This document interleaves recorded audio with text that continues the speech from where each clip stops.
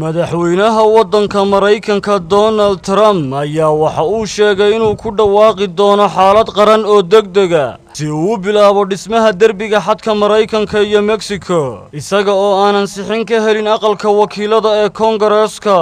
aqlabiyadda aqalka Kongareeska ayaa gacanta ugu jira xisbiga mucaaradka ah ee dimuqraadiga iyaga oo kuraasta ugu badan ka helay doorashadii xilliga dhexe ee ka dhacday waddankaasi Mareykanka 6dii bishii Noofembar. dhawaaqa cusub ee ka soo yeeray madaxweynaha waddanka Mareykanka Donald Trump ayaa yimi kadib markii uu kulan la yeeshay saraakiisha sarsare ee xisbiga dimuqraadiga kuwaasoo ku gacan sarreeyay codsigii ahaa in loo fasaxo dhaqaalaha lagu sii dayn lahaa derbigaasi.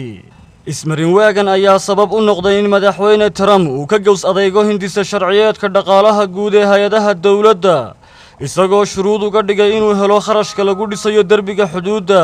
waxa uu sheegay inuu u diyaar garoobay sidii ay sanado badan u sii socon lahayd xanibaadda kala bar ka mid ah howlaha dawladda oo hadda ku jira usbuucii saddexaad. qiyaastii 800,000 oo ka mid ah shaqaalaha federaalka ayaan wax mushahara la siinin tan iyo 22kii bishii Disembar. qareennada iyo shakhsiyaadka kale ee ku dhow madaxweyne Trump ayaa la filayaa inay kulan yeeshaan gelinka dambe ee maanta oo Sabti si ay uga arrinsadaan xaaladda. madaxweynaha oo ka soo jeeda xisbiga jamhuuriga ayaa markii hore rajo wanaagsan ka qabay kulanka 90 daqiiqadood qaatay oo ka dhacay aqalka cad waxaana uu sheegay inuu yahay mid natiijo wanaagsan ay ka soo baxayso. hase yeeshee xaaladdu ma aysan noqonin sidaasi.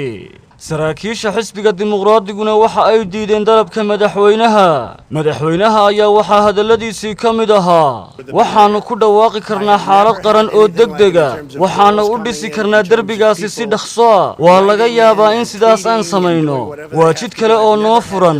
aad baan ugu faraxsanahay inaan sameeyo waxa aan samaynayo. uma aqaano xanibaadda howlaha dawladda.